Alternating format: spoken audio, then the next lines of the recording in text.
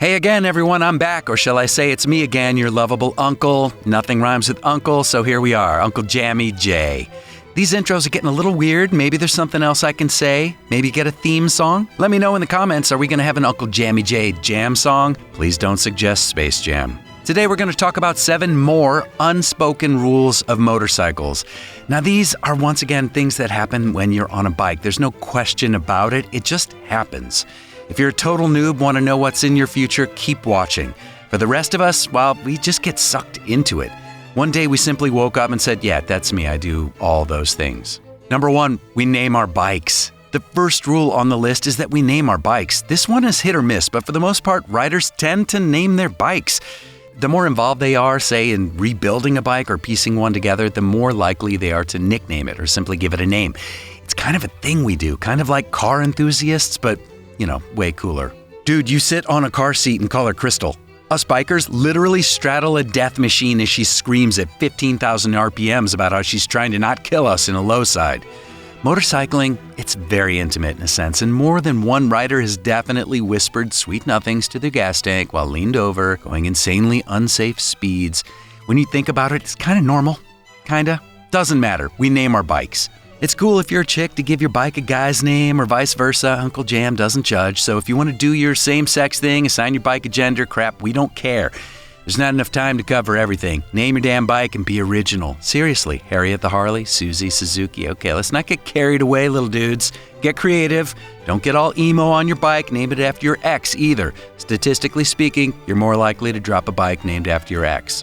Exaggerate. Just like the guys and girls casting lines out to fish, riders tend to tell some tall tales, okay, bad word choice, about when it comes to our experiences.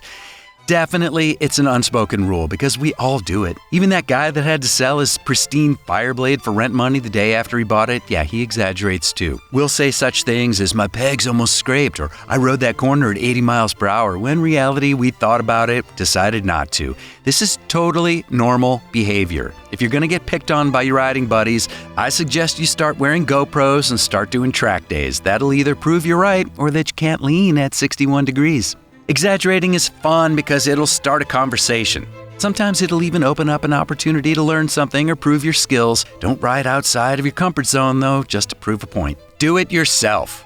For most normies, it's totally cool to bring their car to a mechanic and have it fixed.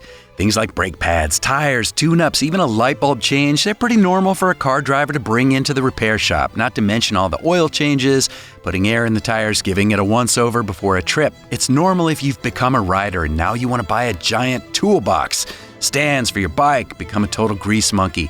It comes with the passion and learning how your bike operates. Welcome to unspoken rule number 3. People that couldn't tell you how the brakes work in their Honda Civic are now down to change out the pads in their CBR 600RR or upgrade their headlight bulbs to something brighter. There's something about the compact size and ease of maintenance on a motorcycle that draws people to start working on them. I mean, really, if you have a garage space, why the hell not? In a single afternoon with a few hand tools, you can literally lift your bike, change the oil, change the tires, balance them, change the air filter, do a tune-up, have time to put it all back together and go for a ride, unless you get distracted and start watching YouTube videos. You can even use your back porch, front porch, driveway, or hell, even your kitchen to tear down and rebuild your bike. Good luck with that and your girlfriend. The cost of those special tools, even the ones needed to mount and balance tires, will pay for themselves after the second time you use them. The stands can be used for winter storage in addition to maintenance, and the tools, they're always good to have anyways. No matter how long you've avoided becoming mechanically inclined, one day your bike will force you to learn about it. It might be a dead battery before the season starts, needing to change a tire without having a local shop, or simply because you want to know your bike better. Whatever your reason is, I suggest you start looking at the maintenance side of things before you even buy your first bike. Speaking of DIY, trimming your pubes is something you should definitely be doing. Nice transition, huh? With the help of Manscaped, you can be on your way in a much cleaner looking sack. Seriously, I'm talking about being trimmed and groomed where your girlfriend or wife has to see.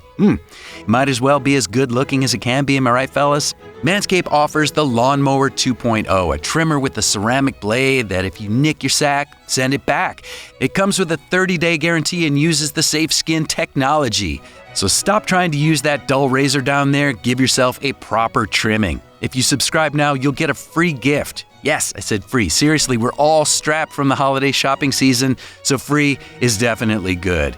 You'll get the Shed travel bag, originally $39 for free with your subscription. Use code YAM20, that's YAM20, to save 20% off your order, and shipping is always full free. If you're an experienced rider, then you have without a doubt contemplated whether to ride your motorcycle or not for the day. It could be to a friend's house, on a leisure trip, or to an appointment, even a commute. But at one point you said, I'll drive the car instead. Maybe it was because of a bad forecast or it just started drizzling. Regardless, on your drive, you saw someone on a motorcycle and instantly became jealous. It's a feeling of shame and guilt. We all know that feeling. How could you leave your shiny new R1 just sitting in your garage? Have you told your Gixxer you love it by riding it lately? You paid how much for your Harley just to sit there? It's a terrible feeling, especially when your riding buddy passes you on the freeway and you're stuck in your non-lane splitting commuter car doing exactly the speed limit. We've all been there. It's a rough feeling. It'll pass.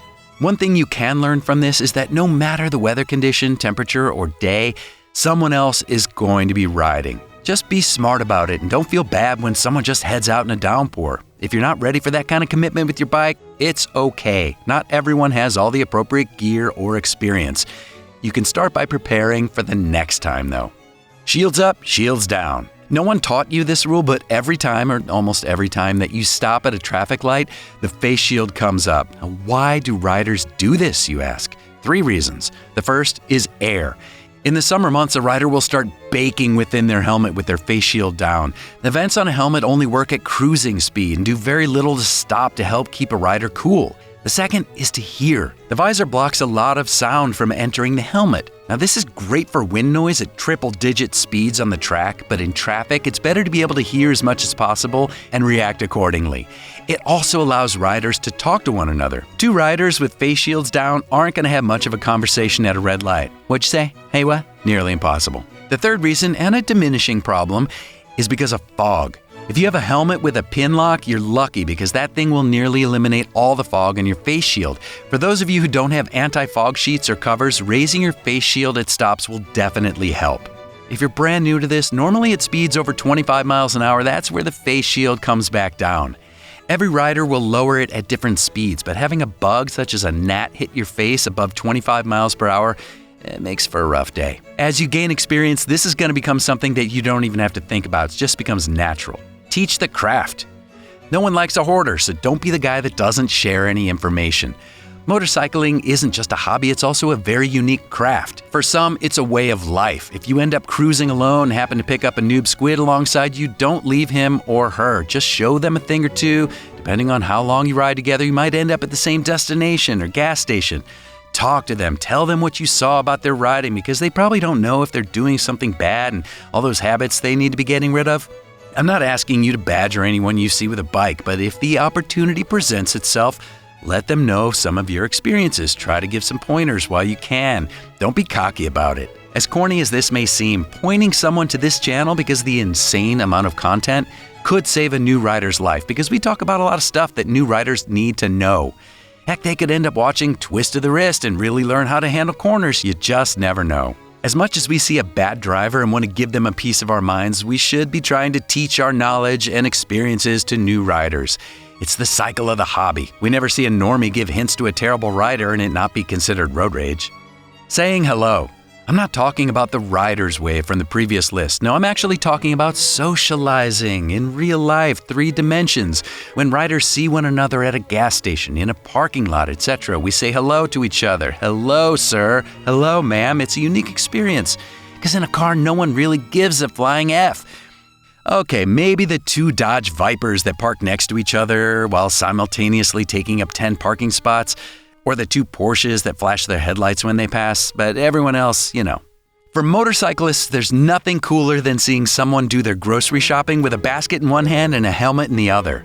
In parking lots, bikes will gravitate toward each other. Safety in numbers. Don't be surprised or scared if a couple Harleys park near your R3 or if a Honda Goldwing parks right next to your Ducati. It happens. We're not saying that anyone is better than anyone else, just that we're better than normies and we're parking together. There's a ton of ways we say hey to one another. Just keep your mind open for it.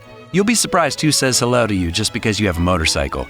It won't just be girls or guys, but the clubs they're associated with. Well, that does it for today's video. How many of these unspoken rules have you run into? Do you catch yourself following them or living by them? As always, let Papa Yams and Uncle Jams know in the comments.